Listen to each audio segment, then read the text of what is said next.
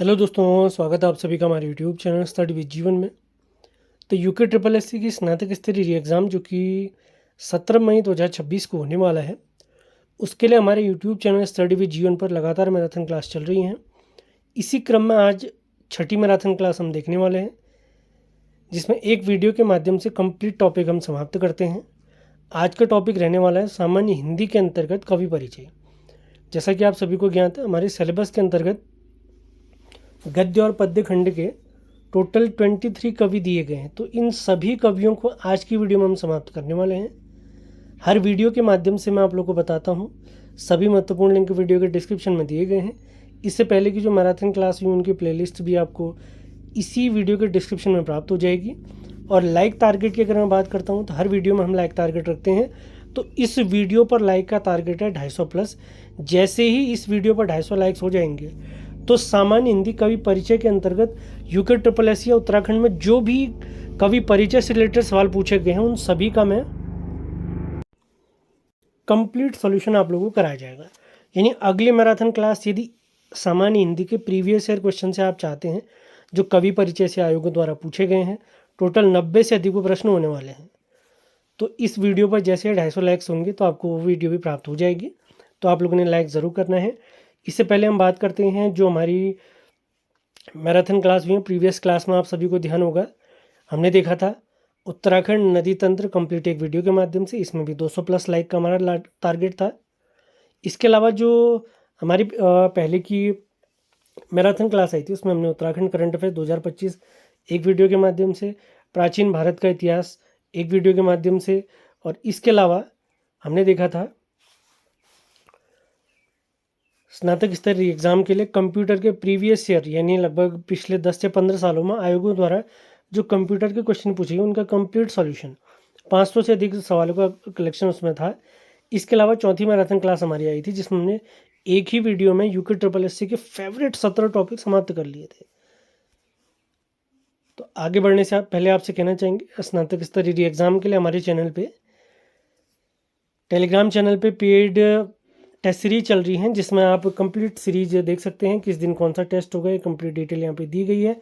1 अप्रैल से batch start हुआ है। आपको पीडीएफ प्राप्त हो जाती है रात 8 बजे, आपके टाइम पीरियड के अकॉर्डिंग रात 8 बजे मिलता है। 10 मई को हम इसमें आखिरी टेस्ट देखेंगे। यदि आप जुड़ने के इच्छुक हैं तो इस नंबर पर संपर्क कर सकते हैं 7895127508।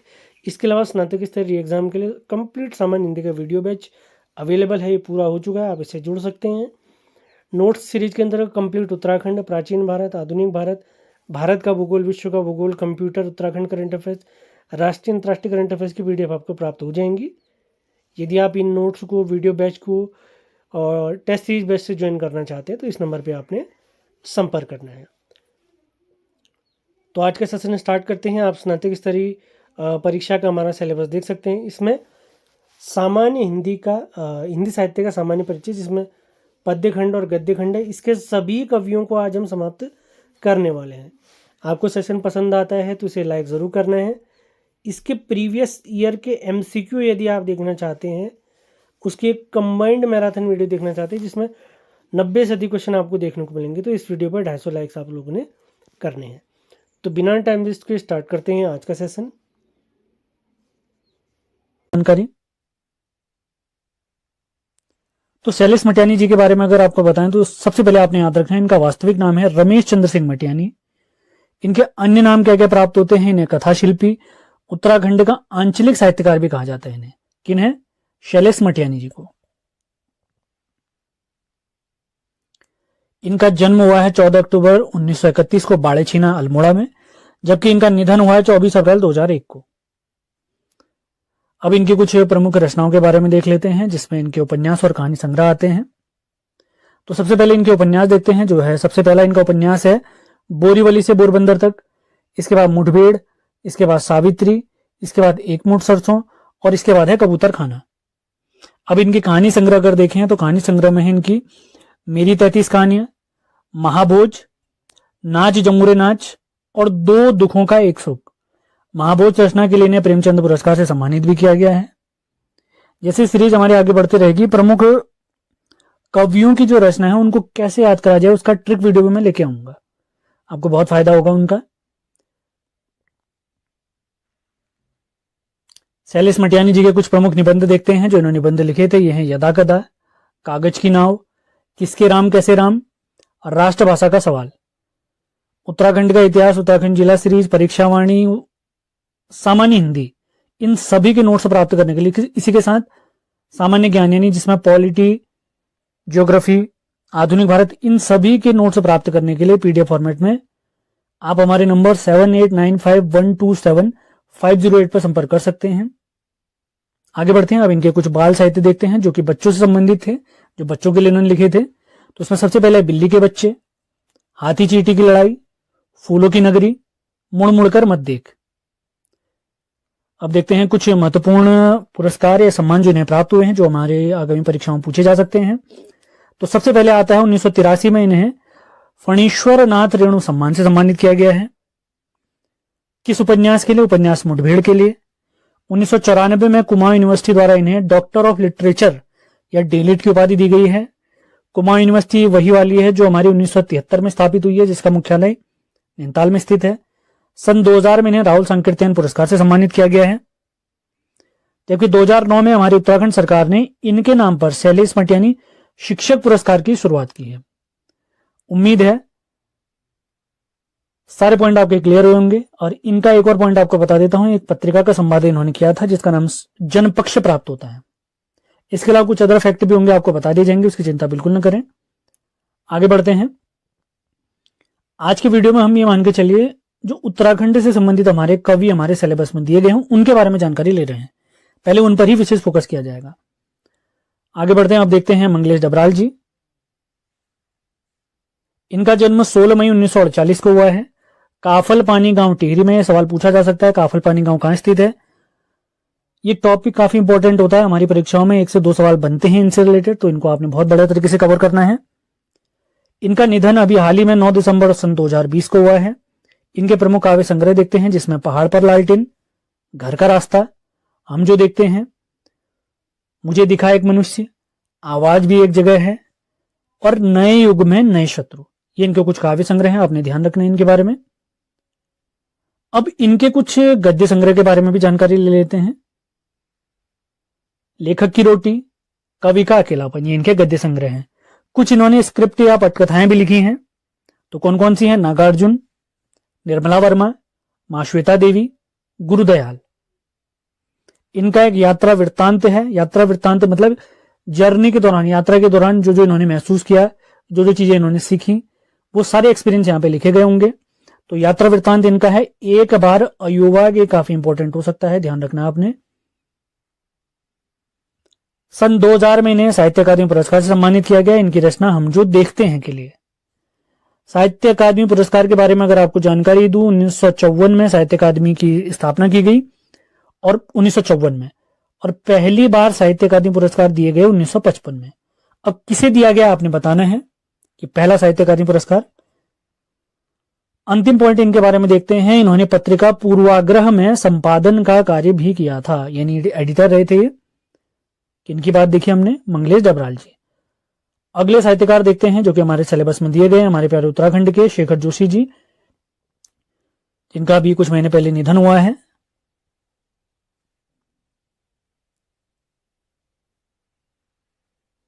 तो इनका जन्म देखते हैं सितंबर 1932 में। इन्होंने आर्मी में अप्रेंटिस के रूप में काम भी किया था, ये भी आपने याद रखना है। अब इनके प्रमुख उपन्यास देखते हैं जो काफी महत्वपूर्ण हो सकते हैं। मेरा पहाड़, अथ मुसकुवाच, चींटे के पर, साथ के लोग, हलवाला। इनके कुछ प्रमुख कहानी संग्रह हैं जिसमें दाजू काफी इंपॉर्टेंट है, मोस्ट इंपॉर्टेंट मान के चले। नौरंगी बीमार है, प्रथम साक्षात्कार, बिरादरी और गाइड। ये सारे पॉइंट क्लियर करते हुए चले आप लोग। पीडीएफ के लिए आप हमारे नंबर पर संपर्क कर सकते हैं। कुछ पेड करना होगा आपने। इन वीडियो हमेशा फ्री रहेंगे, उसकी चिंता बिल्कुल न करें। अब इनके कुछ प्रमुख सम्मान देखते हैं जो इनको प्राप्त हुए हैं। 1987 में इन्हें महावीर प्रसाद द्विवेदी पुरस्कार से सम्मानित किया उत्तर प्रदेश सरकार द्वारा। 1995 में इन्हें साहित्य भूषण पुरस्कार से सम्मानित किया गया है। 1997 में इन्हें पहल सम्मान से सम्मानित किया गया है। जबकि 2003-2004 में इन्हें मैथिली शरण गुप्त सम्मान से सम्मानित किया गया है। तो इसी के साथ आज का हमारा लेक्चर तो पहले कवि है हमारे सुमित्रानंद पंत जी। इनके बारे में देखते हैं। इनका जन्म 20 मई सन 1900 को कौसानी बागेश्वर में हुआ। जब इनका जन्म हुआ था तो कौसानी वाला क्षेत्र अल्मोड़ा में आता था, वर्तमान में बागेश्वर में आता है। ये वही कौसानी है जहां पर महात्मा गांधी जी भी आए थे। ये छायावादी कवि कहे जाते हैं। छायावाद के 4 स्तंभ हैं, सुमित्रानंद पंत, जयशंकर प्रसाद, महादेवी वर्मा और सूर्यकांत त्रिपाठी निराला। तो उसमें से एक कवि ये भी हैं। इनके अन्य नाम जो हमें प्राप्त होते हैं वो हैं गोसाई दत्त, सैं, गुसैं, प्रकृति का चितेरा, प्रकृति का सुकुमार, छायावाद का विष्णु। तो छायावाद का विष्णु किसे कहते हैं अगर पूछा जाए तो सुमित्रानंद पंत जी को कहते हैं। इनके पिताजी का नाम गंगादत्त पंत जबकि माताजी का नाम सरस्वती देवी है। अब इनसे रिलेटेड पहले महत्वपूर्ण तथ्य देखते हैं, इसके बाद इनकी रचनाओं के बारे में पढ़ेंगे। सन 1960 में इन्हें साहित्य अकादमी पुरस्कार से सम्मानित किया गया है। ये वही साहित्य अकादमी पुरस्कार है जिसको 1954 में स्थापित किया गया था, जबकि पहली बार साहित्य अकादमी पुरस्कार 1955 में दिया गया माखनलाल चतुर्वेदी जी को। तो इन्हें साहित्य अकादमी पुरस्कार मिला है इनकी रचना कला और बूढ़ा चांद के लिए। अगर पूछा जाए उत्तराखंड से पहले व्यक्ति बताइए जिन्हें साहित्य अकादमी पुरस्कार प्राप्त हुआ है, तो हमारे सुमित्रानंद पंत जी हैं। सन 1961 में इन्हें पद्म भूषण प्राप्त हुआ है। 1968 में इन्हें ज्ञानपीठ पुरस्कार से सम्मानित किया गया है इनकी रचना चिदंबरा के लिए, और हिंदी भाषा में ज्ञानपीठ पाने वाले ये पहले व्यक्ति हैं। तो कुछ जानकारी मैं आपको ज्ञानपीठ पुरस्कार के बारे में दे देता हूं। ज्ञानपीठ पुरस्कार की शुरुआत 1965 में हुई, तो इन्हें जो मिला है 1968 में वो चौथा ज्ञानपीठ पुरस्कार है। तो ज्ञानपीठ पुरस्कार भारतीय संविधान की अनुसूची 8 में वर्णित मान्यता प्राप्त भाषाएं जो कि वर्तमान में 22 हैं, उन सभी भाषाओं में उत्कृष्ट योगदान के लिए दिया जाता है।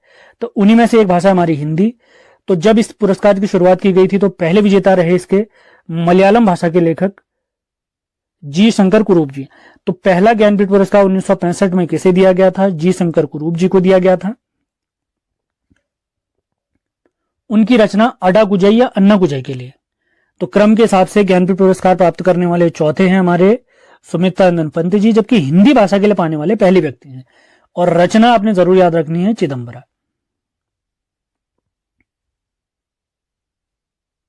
आगे बढ़ते हैं। 1936 में स्थापित ऑल इंडिया रेडियो का नाम 1957 में इन्हीं के सुझाव पर बदलकर आकाशवाणी रखा गया है। 1938 में पंत जी ने रूपाभ नामक पत्रिका के संपादक भी रहे हैं। यह एक मासिक पत्रिका थी। अब इनकी कुछ प्रमुख रचनाओं की तरफ जाते हैं। ये मान के चलिए सारी रचनाएं मोस्ट इंपॉर्टेंट है, एक इंपॉर्टेंट नहीं है, सारी इंपॉर्टेंट है, तो सारे आपने याद रखनी है। तो सबसे पहले इनके काव्य रचनाएं देखते हैं, जिसमें ग्रंथि, गुंजन, ग्राम्य, पल्लव, स्वर्ण किरण, स्वर्णधूलि, ज्योत्सना, युगांत, युगवाणी। जो इनकी रचनाएं आपको दिख रही हैं युगांत, युगवाणी और ग्राम्य, ये इनकी प्रगतिवादी रचनाएं कही जाती हैं। तो इनके बारे में आपने याद रखना है। इनके काव्य संबंधित नाटक हैं रजत शिखर, शिल्पी। इनका प्रमुख उपन्यास है हार, ये आपने याद रखना है। और इनके महाकाव्य हैं लोकायतन, जो कि इन्होंने अपने पिताजी को समर्पित किया था, जबकि सत्यकाम जो इनका महाकाव्य है ये अपनी परम पूजनी इन्होंने माता जी को समर्पित किया था। अब इनसे रिलेटेड कुछ इंपॉर्टेंट फैक्ट हैं, उनके बारे में मैं आपको बता देता हूं। आप लोग के लिए एक सवाल है, वीडियो के अंत में इसका जवाब मैं आपको दे दूंगा, या आप ही दें तो बेहतर रहेगा, मैं बाद में दे दूंगा, कोई दिक्कत नहीं। कमेंट बॉक्स में आप लोग जवाब जरूर दें। सवाल है सुमित्रानंद पंत जी का जो संग्रहालय है वो कहां पर स्थित है, आपने बताना है। इनसे रिलेटेड अगला फैक्ट देखते हैं। इनकी रचना पल्लव को छायावाद का घोषणा पत्र कहते हैं, इंपॉर्टेंट हो सकता है। अगला है इनकी रचना लोकायतन, जो कि इनका महाकाव्य है, जो कि इनके पिताजी को समर्पित की है इन्होंने। तो इनकी रचना लोकायतन के लिए सुमित्रानंद पंत जी को सोवियत लैंड नेहरू अवार्ड से सम्मानित किया गया है। तो फैक्ट क्लियर करते हुए चलना है। सेशन पसंद आ रहे हैं तो इनको लाइक और शेयर जरूर करें। पीडीएफ के लिए आप हमारे नंबर पर संपर्क कर सकते हैं 7895127508। तो बढ़ते हैं अगले कवि पीताम्बर दत्त बड़थवाल जी के बारे में। इनका जन्म 13 दिसंबर 1901 को पौड़ी के पाली गांव में हुआ है। ये हिंदी साहित्य में शोध करने वाले पहले कवि हैं, और अपने शोध कार्य जो इन्होंने शोध कार्य किया था वो है इनका द निर्गुण स्कूल ऑफ हिंदी पोएट्री। तो इसी शोध कार्य के लिए 1933 में इन्हें बीएचयू बनारस हिंदू विश्वविद्यालय से डीलिट डॉक्टरेट ऑफ लिटरेचर इसकी उपाधि इन्हें प्राप्त हुई है। ये पहले व्यक्ति हैं जिन्हें डॉक्टरेट ऑफ लिटरेचर की उपाधि दी गई है साहित्य के फील्ड में। तो हिंदी साहित्य में शोध करने वाले पहले कवि यही थे, आपने याद रखना है। आगे बढ़ते हैं। बचपन में अंबर नाम से कविताएं लिखा करते थे। इन्होंने अंग्रेजी पत्रिका हिलमैन का संपादन भी किया है, महत्वपूर्ण हो सकता है। अब देखते हैं इनकी कुछ प्रमुख रचनाएं। तो इनकी रचनाएं हैं रूपक रहस्य, गोरखवाणी, हिंदी काव्य में निर्गुणवाद, गद्य सौरभ, हरिदास की साखी, गोस्वामी तुलसीदास, सत्य सही सप्तक। और इनके प्रमुख निबंध हैं, आपने याद रखने हैं, मिस्ट्री ऑफ हिंदी पोएट्री और मिस्ट्री ऑफ कबीर। तो अगर पूछा जाए मिस्ट्री ऑफ कबीर ये किसका निबंध है, तो हमारे पीताम्बर दत्त बड़थवाल जी का है। और इसी के साथ अगर पूछा जाए मिस्ट्री ऑफ हिंदी पोएट्री या हिंदी साहित्य में शोध करने वाले पहले व्यक्ति, तो ये सारे फैक्ट आपने क्लियर करते हुए चलना है। आगे बढ़ते हैं, अब देखते हैं अगले कवि मन्नू भंडारी जी के बारे में। तो इनके बारे में सारे पॉइंट हम क्लियर करते हुए चलेंगे। इनका जन्म हुआ है 3 अप्रैल 1931 को भानपुरा मध्य प्रदेश में। इनके पिताजी का नाम सुख संपत राय था। इनके पति का नाम राजेंद्र यादव जी था। ये सारे फैक्ट क्लियर करते हुए चलने हैं। अगर पूछा जाए मन्नू भंडारी जी का बचपन का नाम क्या था, तो इनका बचपन का नाम महिंद्रा कुमारी प्राप्त होता है। अब देखते हैं इनके प्रमुख उपन्यास। इनके प्रमुख उपन्यासों में सबसे महत्वपूर्ण उपन्यास है आपका बंटी। इसके बाद महाभोज, स्वामी, कलवा, 1 इंच मुस्कान, और इनकी आत्मकथा है एक कहानी यह भी। एक कहानी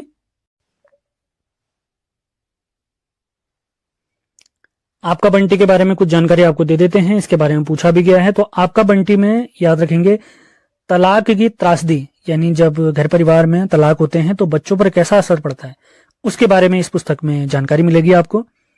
1 इंच मुस्कान जो इनकी रचना है, जो इनका उपन्यास है, ये इन्होंने अपने पति राजेंद्र यादव जी की मदद से लिखी है।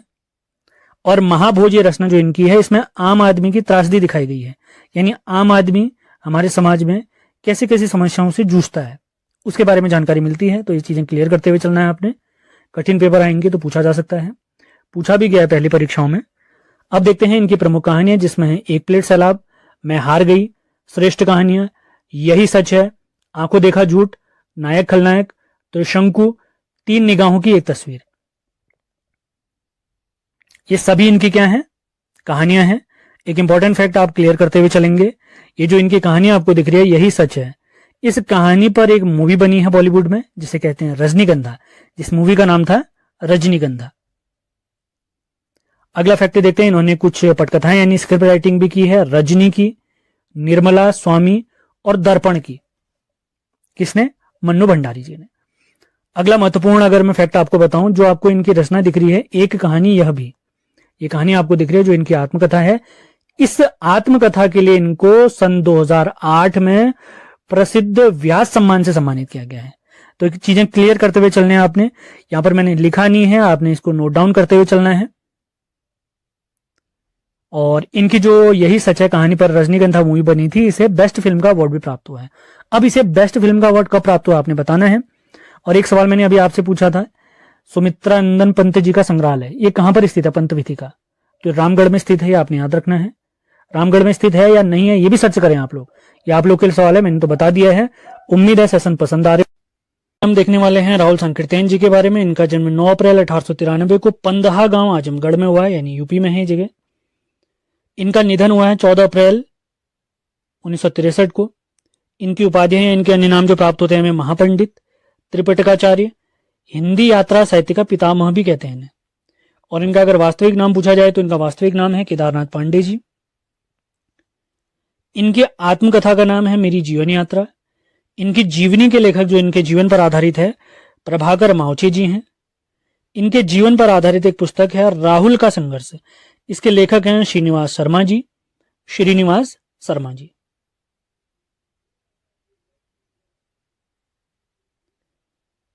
विश्व भर में भारत भ्रमण या इसके अलावा जो भी चीजें इन्होंने की हैं उनसे रिलेटेड अपनी सभी यात्राओं का इन्होंने अनुभव, एक पुस्तक है इनकी घुमक्कड़ शास्त्र, उसमें लिखा है।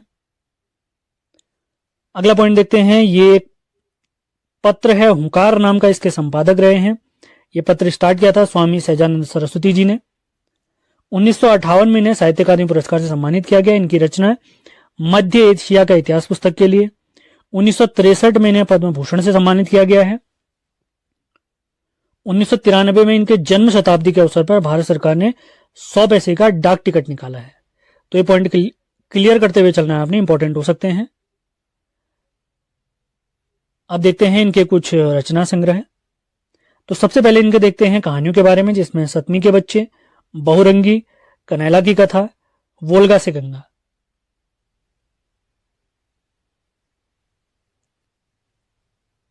इसके बाद इनके उपन्यास अगर हम देखें, इनके प्रमुख उपन्यास हैं 22वीं सदी, जीने के लिए, दिवोदास, विस्मित यात्री, सिंह सेनापति और जय अवधेश। अब इनके द्वारा लिखी गई कुछ जीवनियों के बारे में देखते हैं, सारी महत्वपूर्ण हो सकती हैं। सरदार पृथ्वी सिंह, माओ Tse tung, Stalin, Lenin, Karl Marx, ये सभी रचनाओं को याद करने के लिए मैं एक ट्रिक वाली वीडियो जरूर लेकर आऊंगा, चिंता बिल्कुल न करें। आप नोट्स बनाए, वीडियो ध्यान से सुने। अगली इन्होंने जो जीवनी लिखी है वो वीर चंद सिंह गढ़वाली जी की है, ये काफी इंपॉर्टेंट हो सकती है। महामानव बुद्ध, ये भी इंपॉर्टेंट होगी। जिनमें मैंने टिक के निशान लगा रखे हैं उनको इंपॉर्टेंट मान के चले आप लोग। नए भारत के नेता, बचपन की स्मृतियां, अतीत से वर्तमान और कप्तान लाल, ये सारी इनकी क्या हैं, इन्होंने जो जीवनियां लिखी हैं। अब देखते हैं इनका यात्रा साहित्य। तो यात्रा साहित्य में सबसे पहले इनका आता है लंका, उसके बाद जापान, उसके बाद ईरान, इसके बाद है किन्नर देश की ओर, उसके बाद है चीन में क्या देखा, इसके बाद है मेरी लद्दाख यात्रा, उसके बाद मेरी तिब्बत यात्रा। एक सिक्किम यात्रा से रिलेटेड भी इनकी एक पुस्तक है, वो भी आपने याद रखनी है, सिक्किम का परिचय करके। इसके बाद इनकी आगे की रचनाएं आती हैं, उनके बारे में भी देखते हैं। मेरी लद्दाख यात्रा, मेरी तिब्बत यात्रा, तिब्बत में 1.25 वर्ष, रूस में 25 माह, विश्व की रूपरेखा और हिमालय परिचय, जो कि 2 भागों में थी। पहला भाग गढ़वाल के बारे में है, जबकि दूसरा भाग कुमाऊं के बारे में है। तो इसी के साथ राहुल संकीर्तन जी से रिलेटेड सारे महत्वपूर्ण फैक्ट मैंने कवर करा दिए हैं। इसके अलावा भी आपको कोई पॉइंट एक्स्ट्रा लगते हैं तो उन्हें नोट डाउन करें, कमेंट बॉक्स में भी लिख के बताएं। तो अगले कवि जो आज हम देखने वाले हैं वो हैं हजारी प्रसाद द्विवेदी जी। इसके बाद गौरापंत शिवानी के बारे में देखेंगे हम। तो एक निबंधकार और आलोचक रहे हैं। इनका जन्म 19 अगस्त 1907 को हुआ है, जबकि निधन 19 मई 1979 को हुआ है। इनके बचपन का नाम वैद्यनाथ द्विवेदी इंपॉर्टेंट हो सकता है। पिताजी का नाम अनमोल द्विवेदी और माताजी का नाम ज्योतिषमती देवी। इनकी जो भाषा है वो परिमार्जित खड़ी बोली कही जाती है। 1949 में लखनऊ विश्वविद्यालय से इन्हें डीलिट, डॉक्टरेट ऑफ लिटरेचर की उपाधि प्राप्त हुई। 1957 में इन्हें पद्म भूषण, 1973 में इन्हें साहित्य अकादमी पुरस्कार मिला है। इनके निबंध आलोक पर्व के लिए पिछले साल ही उत्तराखंड की परीक्षा में पूछा गया सवाल है। 1997 में भारत सरकार ने इनकी याद में 2 रुपये का डाक टिकट जारी किया है, ये भी आपने याद करते हुए चलना है। अब देखते हैं इनके कुछ आलोचनात्मक रचनाएं। सबसे पहले है सुर साहित्य, उसके बाद है हिंदी साहित्य का आदिकाल, उसके बाद है मेघदूत एक पुरानी कहानी, उसके बाद है हिंदी साहित्य की भूमिका, साहित्य का मर्म, हिंदी साहित्य का उद्भव और विकास, उसके बाद है कबीर, उसके बाद नाथ साहित्य, उसके बाद अगली रचना है इनकी लालित तत्व और साहित्य सहचर।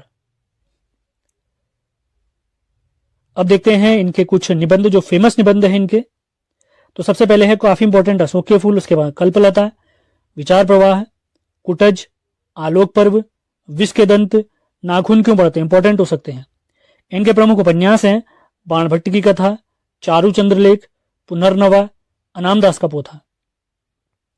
प्रमुख कहानियां देखते हैं इनकी, जो हैं सीरीज के फूल, हम क्या करें, साहित्य का नया कदम, ब्रह्मांड का विस्तार और केतु दर्शन। इसके अलावा कुछ और भी अन्य इनकी रचनाएं हैं, उनके बारे में भी देख लेते हैं। पूछे जा सकते हैं तो विशेष ध्यान रखना है आपने। संक्षिप्त पृथ्वीराज रासो, संदेश रासक, सिख गुरुओं का पुण्य स्मरण और महापुरुषों का स्मरण। तो इसी के साथ दूसरे कवि भी हमारे समाप्त होते हैं जो आज हमने देखे, हजारी प्रसाद द्विवेदी जी। अब देखते हैं गौरापंत शिवानी जी के बारे में। आज के हमारे तीसरे और अंतिम कवि हैं गौरापंत शिवानी जी। इन्हें शिवानी के नाम से भी जाना जाता है। इनका जन्म 17 अक्टूबर 1923 को राजकोट गुजरात में हुआ। इनके पिताजी का नाम अश्विनी कुमार पांडे। इनकी पहली रचना अल्मोड़ा से प्रकाशित होने वाली पत्रिका है नटखट, उसमें छपी थी। 1982 में इन्हें पद्मश्री से सम्मानित किया गया है। इनकी रचना मैं मुर्गा हूं, ये 1951 में धर्मयुग नामक पत्रिका में छपी थी, इंपॉर्टेंट हो सकता है। अब इनके कुछ प्रमुख उपन्यासों के बारे में देख लेते हैं। कृष्णकली, कालिंदी, अतिथि, पूतोवाली, शमशान चंपा, मायापुरी, कैंजा, गेंदा, भैरवी, स्वयं सिद्धा और रतिविलाप और आकाश। इसके बाद अंतिम जो इनका काफी इंपॉर्टेंट हो सकता है, चल खुसरो घर अपने। इसके अलावा इनके कुछ कहानी संग्रह भी हम देखते हैं। सेशन पसंद आ रहे हैं तो इनको लाइक और शेयर जरूर करना है आपने। ये वीडियो लगातार आएंगे। जैसे हमने परीक्षावाणी, इतिहास, जिला सीरीज कंप्लीट कराए, वैसे हिंदी, बीएस नेगी सारी सीरीज कंप्लीट कराई जाएंगे। बिल्कुल चिंता नहीं करें, लगातार बने रहें। सेशन पसंद आते हैं तो लाइक और शेयर जरूर करें। तो इनके कहानी संग्रह देखते हैं, पुष्पहार, लाल हवेली, शिवानी की श्रेष्ठ कहानियां और शिवानी की मशहूर कहानियां। और इनके प्रमुख धारावाहिक देखते हैं जिसमें इन्होंने लेखन का कार्य किया, सुरंगमा और रतिविलाप, मेरा बेटा और तीसरा बेटा। तो इसी के साथ आज का ये सेशन हमारा समाप्त होता है। तो पहले कवि हैं हमारे सुमित्रानंद पंत जी। इनके बारे में देखते हैं। इनका जन्म 20 मई सन 1900 को कौसानी बागेश्वर में हुआ। जब इनका जन्म हुआ था तो कौसानी वाला क्षेत्र अल्मोड़ा में आता था, वर्तमान में बागेश्वर में आता है। ये वही कौसानी है जहां पर महात्मा गांधी जी भी आए थे। ये छायावादी कवि कहे जाते हैं। छायावाद के 4 स्तंभ हैं, सुमित्रानंद पंत, जयशंकर प्रसाद, महादेवी वर्मा और सूर्यकांत त्रिपाठी निराला। तो उसमें से एक कवि ये भी हैं। इनके अन्य नाम जो हमें प्राप्त होते हैं वो हैं गोसाई दत्त, सैं, गुसैं, प्रकृति का चितेरा, प्रकृति का सुकुमार, छायावाद का विष्णु। तो छायावाद का विष्णु किसे कहते हैं अगर पूछा जाए तो सुमित्रानंद पंत जी को कहते हैं। इनके पिताजी का नाम गंगादत्त पंत जबकि माताजी का नाम सरस्वती देवी है। अब इनसे रिलेटेड पहले महत्वपूर्ण तथ्य देखते हैं, इसके बाद इनकी रचनाओं के बारे में पढ़ेंगे। सन 1960 में इन्हें साहित्य अकादमी पुरस्कार से सम्मानित किया गया है। ये वही साहित्य अकादमी पुरस्कार है जिसको 1954 में स्थापित किया गया था, जबकि पहली बार साहित्य अकादमी पुरस्कार 1955 में दिया गया माखनलाल चतुर्वेदी जी को। तो इन्हें साहित्य अकादमी पुरस्कार मिला है इनकी रचना कला और बूढ़ा चांद के लिए। अगर पूछा जाए उत्तराखंड से पहले व्यक्ति बताइए जिन्हें साहित्य अकादमी पुरस्कार प्राप्त हुआ है, तो हमारे सुमित्रानंद पंत जी हैं। सन 1961 में इन्हें पद्म भूषण प्राप्त हुआ है।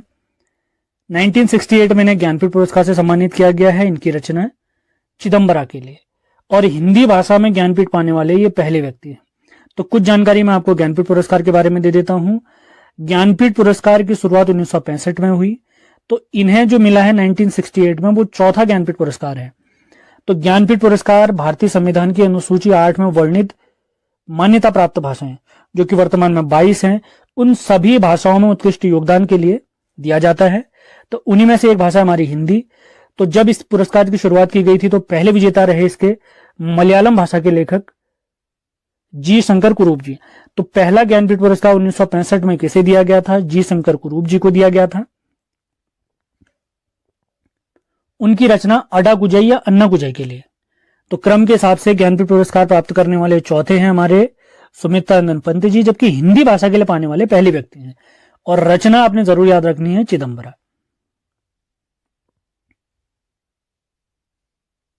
आगे बढ़ते हैं। 1936 में स्थापित ऑल इंडिया रेडियो का नाम 1957 में इन्हीं के सुझाव पर बदलकर आकाशवाणी रखा गया है। 1938 में पंत जी ने रूपाभ नामक पत्रिका के संपादक भी रहे हैं। यह एक मासिक पत्रिका थी। अब इनकी कुछ प्रमुख रचनाओं की तरफ जाते हैं। ये मान के चलिए सारी रचनाएं मोस्ट इंपॉर्टेंट है, एक इंपॉर्टेंट नहीं है, सारी इंपॉर्टेंट है, तो सारे आपने याद रखनी है। तो सबसे पहले इनके काव्य रचनाएं देखते हैं जिसमें ग्रंथि, गुंजन, ग्राम्य, पल्लव, स्वर्ण किरण, स्वर्णधूलि, ज्योत्सना, युगांत, युगवाणी। जो इनकी रचनाएं आपको दिख रही हैं युगांत, युगवाणी और ग्राम्य, ये इनकी प्रगतिवादी रचनाएं कही जाती हैं। तो इनके बारे में आपने याद रखना है। इनके काव्य संबंधित नाटक हैं रजत शिखर, शिल्पी। इनका प्रमुख उपन्यास है हार, ये आपने याद रखना है। और इनके महाकाव्य हैं लोकायतन, जो कि इन्होंने अपने पिताजी को समर्पित किया था, जबकि सत्यकाम जो इनका महाकाव्य है ये अपनी परम पूजनी इन्होंने माताजी को समर्पित किया था। अब इनसे रिलेटेड कुछ इंपॉर्टेंट फैक्ट हैं, उनके बारे में मैं आपको बता देता हूं। आप लोग के लिए एक सवाल है, वीडियो के अंत में इसका जवाब मैं आपको दे दूंगा, या आप ही दें तो बेहतर रहेगा, मैं बाद में दे दूंगा, कोई दिक्कत नहीं। कमेंट बॉक्स में आप लोग जवाब जरूर दें। सवाल है सुमित्रानंद पंत जी का जो संग्रहालय है वो कहां पर स्थित है, आपने बताना है। इनसे रिलेटेड अगला फैक्ट देते हैं। इनकी रचना पल्लव को छायावाद का घोषणा पत्र कहते हैं, इंपॉर्टेंट हो सकता है। अगला है इनकी रचना लोकायतन, जो कि इनका महाकाव्य है, जो कि इनके पिताजी को समर्पित की है इन्होंने। तो इनकी रचना लोकायतन के लिए सुमित्रानंदन पंत जी को सोवियत लैंड नेहरू अवार्ड से सम्मानित किया गया है। तो फैक्ट क्लियर करते हुए चलना है। सेशन पसंद आ रहे हैं तो इनको लाइक और शेयर जरूर करें। पीडीएफ के लिए आप हमारे नंबर पर संपर्क कर सकते हैं 7895127508। तो बढ़ते हैं अगले कवि पीताम्बर दत्त बड़थवाल जी के बारे में। इनका जन्म 13 दिसंबर 1901 को पौड़ी के पाली गांव में हुआ है। ये हिंदी साहित्य में शोध करने वाले पहले कवि हैं और अपने शोध कार्य जो इन्होंने शोध कार्य किया था वो है इनका द निर्गुण स्कूल ऑफ हिंदी पोएट्री। तो इसी शोध कार्य के लिए 1933 में इन्हें बीएचयू बनारस हिंदू विश्वविद्यालय से डीलिट डॉक्टरेट ऑफ लिटरेचर इसकी उपाधि इन्हें प्राप्त हुई है। ये पहले व्यक्ति हैं जिन्हें डॉक्टरेट ऑफ लिटरेचर की उपाधि दी गई है साहित्य के फील्ड में। तो हिंदी साहित्य में शोध करने वाले पहले कवि यही थे, आपने याद रखना है। आगे बढ़ते हैं। बचपन में अंबर नाम से कविताएं लिखा करते थे। इन्होंने अंग्रेजी पत्रिका हिलमैन का संपादन भी किया है, महत्वपूर्ण हो सकता है। अब देखते हैं इनकी कुछ प्रमुख रचनाएं। तो इनकी रचनाएं हैं रूपक रहस्य, गोरखवाणी, हिंदी काव्य में निर्गुणवाद, गद्य सौरभ, हरिदास की साखी, गोस्वामी तुलसीदास, सत्य सही सप्तक। और इनके प्रमुख निबंध हैं, आपने याद रखने हैं, मिस्ट्री ऑफ हिंदी पोएट्री और मिस्ट्री ऑफ कबीर। तो अगर पूछा जाए मिस्ट्री ऑफ कबीर ये किसका निबंध है तो हमारे पीताम्बर दत्त बड़थवाल जी का है। और इसी के साथ अगर पूछा जाए मिस्ट्री ऑफ हिंदी पोएट्री या हिंदी साहित्य में शोध करने वाले पहले व्यक्ति, तो ये सारे फैक्ट आपने क्लियर करते हुए चलना है। आगे बढ़ते हैं। अब देखते हैं अगले कवि मन्नू भंडारी जी के बारे में। तो इनके बारे में सारे पॉइंट हम क्लियर करते हुए चलेंगे।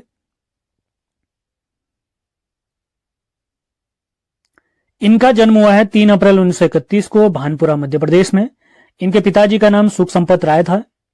इनके पति का नाम राजेंद्र यादव जी था। ये सारे फैक्ट क्लियर करते हुए चलने हैं। अगर पूछा जाए मन्नू भंडारी जी का बचपन का नाम क्या था तो इनका बचपन का नाम महिंद्रा कुमारी प्राप्त होता है। अब देखते हैं इनके प्रमुख उपन्यास। इनके प्रमुख उपन्यासों में सबसे महत्वपूर्ण उपन्यास है आपका बंटी। इसके बाद महाभोज, स्वामी, कलवा, 1 इंच मुस्कान। और इनकी आत्मकथा है एक कहानी यह भी। एक कहानी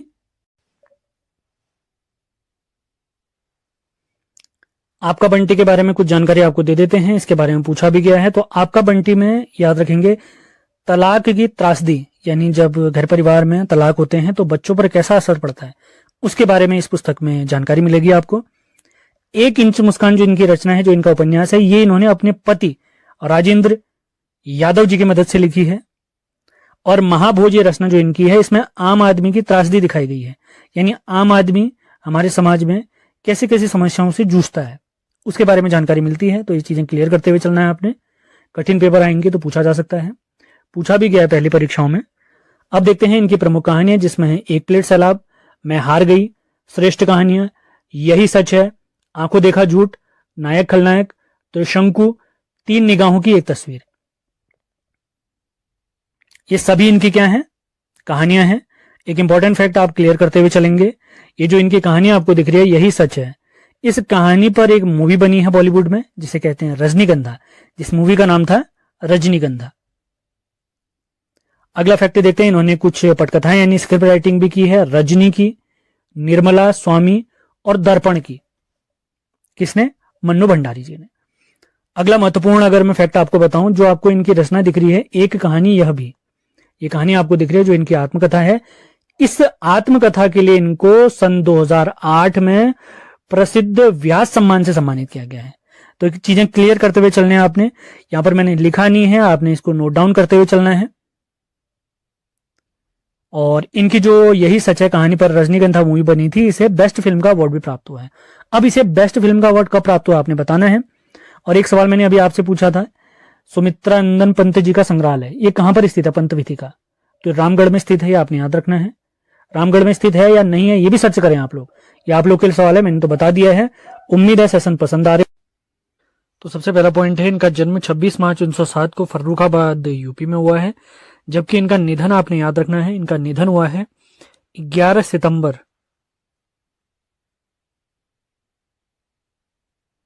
1987 को।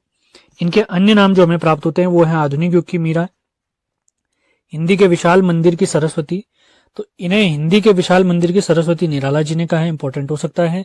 इनके पिताजी का नाम गोविंद प्रसाद वर्मा, माता जी का नाम हेमरानी देवी, जबकि इनके पति का नाम स्वरूप नारायण वर्मा है। ये काफी इंपॉर्टेंट है। माता पिता तो कोई दिक्कत नहीं, आप याद करें लेकिन पति जरूर याद रखना है आपने।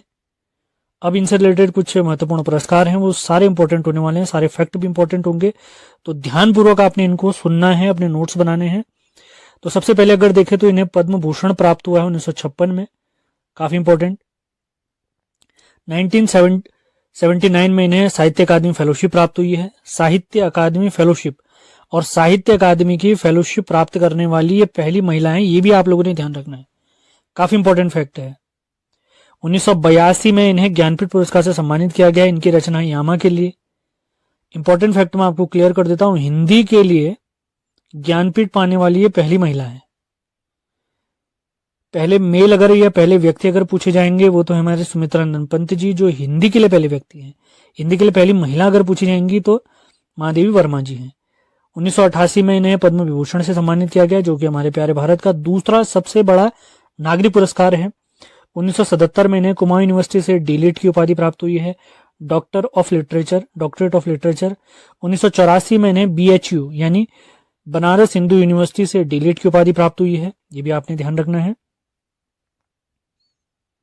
अब इनसे रिलेटेड कुछ महत्वपूर्ण फैक्ट हैं। भारत में महिलाओं के लिए कवि सम्मेलन प्रारंभ करने का श्रेय इन्हीं को जाता है। किनको?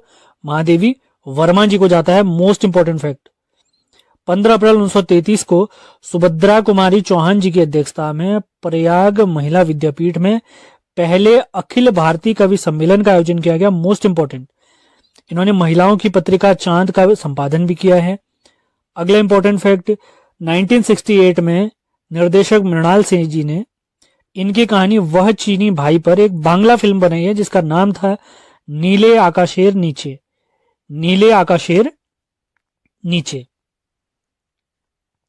1936 में रामगढ़ में बने इनके जो भवन है, जो इनका घर था, इसे इन्होंने मीरा मंदिर नाम दिया था। तो वर्तमान में ये महादेवी वर्मा संग्रहालय है।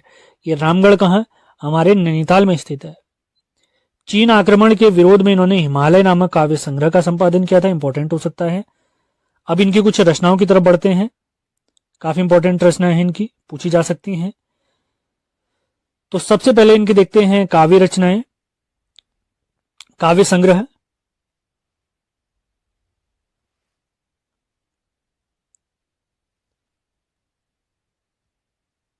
तो काव्य संग्रह आपको बताएं इनके, तो काव्य संग्रह में सबसे पहले है निहार, रश्मि, नीरजा और सांध्य गीत।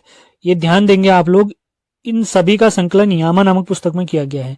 निहार, रश्मि, नीरजा और सांध्य गीत, यामा में इन सभी का ही संकलन है। यामा वही रचना है जिसके लिए इन्हें 1982 में ज्ञानपीठ पुरस्कार से सम्मानित किया गया है। अगली काव्य रचना है इनकी दीपशिखा, सप्तपर्णा, प्रथम आयाम, अग्निरेखा, जो कि मरणोपरांत इनके निधन के बाद 1990 में प्रकाशित हुई है।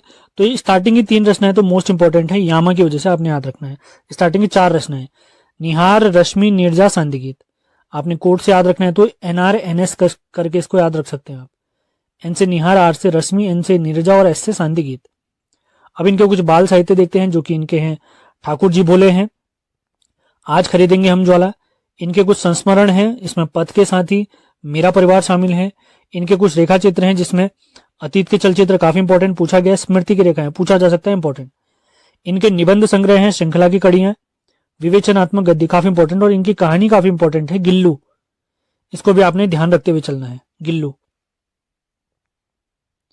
तो महादेवी वर्मा जी के बारे में समाप्त होता है। अब अगले कवि की तरफ बढ़, अगले कवि हैं हमारे आज के हरिशंकर परसाई जी। इनका जन्म 22 अगस्त 1924 को होशंगाबाद मध्य प्रदेश में हुआ है। ये प्रसिद्ध व्यंग्यकार रहे हैं। इन्होंने वसुधा नामक पत्रिका में संपादन भी किया हुआ है। अब इनसे रिलेटेड कुछ महत्वपूर्ण फैक्ट और इनके कुछ साहित्यिक संग्रह भी देख लेते हैं। तो सबसे पहले इनके निबंध देखते हैं। तो निबंध है तब की बात और थी, भूत के पांव पीछे, तुलसीदास चंदन से, काफी इंपॉर्टेंट, माटी कहे कुम्हार से, काफी इंपॉर्टेंट, बेमानी की बात, काफी बेमानी की परत, और प्रेमचंद के फटे जूते, काफी इंपॉर्टेंट, ये भी काफी इंपॉर्टेंट है, आपने ध्यान रखना है इंपॉर्टेंट करे से। अब इनकी कहानी संग्रह देखते हैं, हंसते हैं रोते हैं, जैसे उनके दिन फिरे, बोला राम का जीव, दो नाक वाले लोग। इनके कुछ उपन्यास हैं, तीनों के तीन उपन्यास काफी इंपॉर्टेंट हैं। रानी नागफनी की कहानी, तट की खोज और ज्वाला और जल। इनकी कुछ लघु कहानियां भी देखते हैं, जिसमें चंदे का डर, दानी, अपना पराया, रसोई और समझौता। अंतिम फैक्ट इनसे रिलेटेड है, 1982 में इन्हें साहित्य अकादमी पुरस्कार से सम्मानित किया गया है। इनकी रचना विकलांग श्रद्धा का दौर, इस रचना के लिए हरिशंकर परसाई जी को साहित्य अकादमी पुरस्कार प्राप्त हुआ है। अब देखते हैं अगले कवि हमारे, आज के हमारे तीसरे और अंतिम कवि हैं। ये कवि परिचय सीरीज का चौथा भाग है। हर सीरीज में हम 3 कवि निपटाते हैं और ये सीरीज भी लगातार चलती रहेगी। सेशन पसंद आ रहे हैं तो लाइक और शेयर जरूर करें। तो आज के तीसरे और अंतिम कवि देखते हैं हम मनोहर श्याम जोशी जी। इनका जन्म 9 अगस्त 1933 को अजमेर राजस्थान में हुआ है। इनसे रिलेटेड कुछ महत्वपूर्ण फैक्ट हैं। इन्होंने दिनमान और साप्ताहिक हिंदुस्तान नामक पत्रिकाओं का संपादन किया है। इनकी पहली कहानी 18 वर्ष की उम्र में नीली ऑस्टिन नाम से छपी थी। इन्होंने अंग्रेजी पत्रिका वीक एंड रिव्यू, इसका भी संपादन किया हुआ है। इनका प्रसिद्ध उपन्यास आपने ध्यान रखना है क्याप। इस रचना के लिए इन्हें 2005 में साहित्य अकादमी पुरस्कार से सम्मानित किया गया है। किसकी बात हो रही है? मनोहर श्याम जोशी जी। रचना का नाम क्या है? क्याप। क्यों इंपॉर्टेंट है? क्योंकि इन्हें 2005 में इसी रचना के लिए साहित्य अकादमी पुरस्कार से सम्मानित किया गया है। अब इनका एक प्रसिद्ध कथन है, वो मैं आपको पढ़ा देता हूं, ध्यान देना आपने। मैंने अपनी अपेक्षाओं से कमतर लिखा है। अगर पूछा जाए ये किसका कथन है तो ये मनोहर श्याम जोशी जी का है। अब इनकी कुछ रचनाओं के बारे में देख लेते हैं। तो सबसे पहले इनके उपन्यास देखते हैं, जिसमें काफी इंपॉर्टेंट है कसब, कुरुकुरु स्वाहा, टाटा प्रोफेसर काफी इंपॉर्टेंट, हमजात, क्याप काफी इंपॉर्टेंट, कौन हूं मैं, हरिया हरकुलिस की रानी, ये भी काफी इंपॉर्टेंट है। इनके सारे उपन्यास जरूर याद रखें आप। अब इनसे रिलेटेड प्रमुख धारावाहिक हैं। तो सबसे पहला धारावाहिक इनका है हम लोग, जो दूरदर्शन पर आने वाला पहला धारावाहिक है सन 1984। ध्यान देंगे 7 जुलाई 1984 को इसका पहला एपिसोड आया था दूरदर्शन में। 1984 आप लोग बिल्कुल सही कर दें, यहाँ पे गलत दिख रहा होगा आपको, 1984। अगला इनका धारावाहिक है बुनियाद, काफी इंपॉर्टेंट, कक्का जी कहीन, हमराही, जमीन आसमान, गाथा, मुंगेरी लाल के हसीन सपने, ये भी काफी इंपॉर्टेंट हो सकते हैं, आपने इनको ध्यान देना है। इन्होंने कुछ फिल्मों की पटकथाएं भी लिखी है, उनके बारे में आपको बता देते हैं। उसमें है हे राम, पापा कहते हैं, अप्पू राजा और भ्रष्टाचार। अब इनके कुछ यात्रा संस्मरण भी हैं, जो इन्होंने यात्रा करी होंगी, उनसे रिलेटेड जानकारी अपनी यादगारी उन्होंने रचनाओं में लिखी है, तो उनके बारे में देखते हैं और कवि परिचय आज का हमारा समाप्त होगा। तो मनोहर श्याम जोशी जी के यात्रा संस्मरण है। सबसे पहले पश्चिमी जर्मनी पर उड़ती नजर, क्या हाल है चीन के, काफी इंपॉर्टेंट, और चीन यात्रा, ये काफी इंपॉर्टेंट रचना भी है आज के हमारे गोस्वामी तुलसीदास जी। इनका जन्म 1511 में राजापुर चित्रकूट उत्तर प्रदेश में हुआ है। इनके गुरुजी का नाम नरहरिदास जी है, काफी इंपॉर्टेंट। इनके पिताजी का नाम आत्मा राम है, जबकि माता का नाम तुलसी देवी है। इनकी पत्नी का नाम आपने ढूंढ के बताना है। इनके बचपन, गोस्वामी तुलसीदास जी के बचपन का नाम राम बोला है, राम बोला। ये राम भक्त कवि थे। इन्होंने अपनी रचनाओं में अवधी और ब्रज भाषा का काफी यूज किया हुआ है। अगला देखते हैं इनके अन्य नाम क्या क्या प्राप्त होते हैं। इनके अन्य नाम है गोस्वामी, अभिनव वाल्मीकि, लोकनायक, कवि शिरोमणि। अभिनव वाल्मीकि है इनका पूरा नाम, उपनाम, हिंदी का जाति कवि और मानस का अंश, ये सारे इन्हीं के यानी गोस्वामी तुलसीदास जी के उपनाम है। अब इनकी प्रमुख रचनाएं देखते हैं। सबसे पहली है श्री रामचरितमानस, जो कि अवधी भाषा में इन्होंने लिखी है। विनय पत्रिका ब्रज भाषा में, दोहावली, कवितावली भी ब्रज भाषा में। इसके बाद रामलला नहचू, वैराग्य संदीपनी, जानकी मंगल, हनुमान चालीसा, गीतावली, पार्वती मंगल, ये सारी रचनाएं हमारे गोस्वामी तुलसीदास जी की हैं, तो इन पर विशेष फोकस करना है। पिछली परीक्षाओं में पूछा गया है कि विनय पत्रिका किस भाषा में लिखी है, तो आपने याद रखना है ब्रज भाषा में, रामचरितमानस किस भाषा में है, कवितावली किस भाषा में, तो सारे पॉइंट आपने क्लियर करते हुए चलने हैं, क्योंकि सवाल किसी भी प्रकार का पूछा जा सकता है। अगले कवि आज के हम देखते हैं मीराबाई जी के बारे में, जो श्री कृष्ण भक्त कवि हैं, काफी इंपॉर्टेंट है। इनका जन्म 1498 में चौकड़ी गांव जोधपुर में हुआ है। इनके गुरुजी का नाम संत रविदास जी है। इनके पति का नाम भोजराज। इनकी रचनाओं में श्रृंगार रस, शांत रस अत्यधिक मात्रा में प्रयोग हुआ है। इनकी प्रमुख रचनाएं हम देखते हैं तो नरसिका मायरा, राग गोविंद, गीत गोविंद टीका और राग सोरठ का पद, राग सोरठ के पद। इनकी केवल 4 रचनाएं हैं, तो ध्यान रखना है आपने, चारों रचनाओं के बारे में याद रखना है। अब आज के अगले कवि यानी तीसरे कवि हम देखते हैं, जो है हमारे रसखान जी। 17 कवि हम निपटा चुके हैं और 18वें कवि देखते हैं रसखान जी के बारे में। इनका जन्म 1548 में हरदोई यूपी में हुआ है। इनके गुरु जी का नाम विठलनाथ है। ये भक्ति व श्रृंगार रस इनकी रचनाओं में प्रधानता पाई गई है। रसखान जी का वास्तविक नाम है सैयद इब्राहिम। ये सगुण कृष्ण भक्त कवि हैं, काफी इंपॉर्टेंट, और अपनी रचनाओं में इन्होंने ब्रज भाषा का प्रयोग किया है। इनकी समाधि स्थल है महाबन मथुरा में। इनका निधन वृंदावन में हुआ है, जो कि श्री कृष्ण का धाम है, 1628 में। इनकी प्रमुख रचनाएं हम देखते हैं प्रेम वाटिका मोस्ट इंपॉर्टेंट, सुजान रसखान, दान लीला, और सबसे ज्यादा इंपॉर्टेंट है इनकी रचना अष्टयाम। तो केवल 4 रचनाएं हैं, आपने ध्यान रखना है, प्रेम वाटिका, सुजान रसखान, दान लीला और अष्टयाम। तो बढ़ते हैं आज के हमारे चौथे कवि और टोटल 19वें कवि की तरफ, जो कि हमारे जयशंकर प्रसाद जी।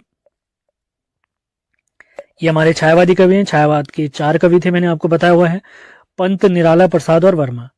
जयशंकर प्रसाद, सुमित्रानंदन पंत, सूर्यकांत त्रिपाठी निराला और महादेव वर्मा जी। इनका जन्म हुआ है 30 जनवरी 1889 को वाराणसी में। ये एक छायावादी कवि हैं। इनकी पहली कहानी का नाम ग्राम था, जो कि 1912 की है।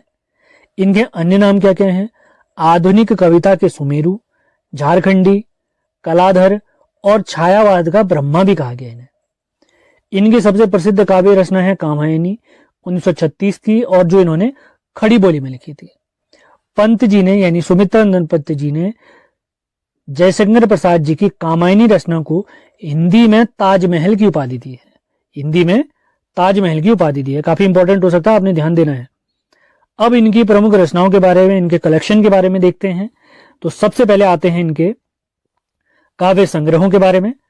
तो इनके काव्य संग्रह हैं कानन कुसुम, महाराणा का महत्व, झरना, आंसू, काफी इंपॉर्टेंट, लहर, मोस्ट इंपॉर्टेंट, कामायनी इनका अंतिम काव्य संग्रह है।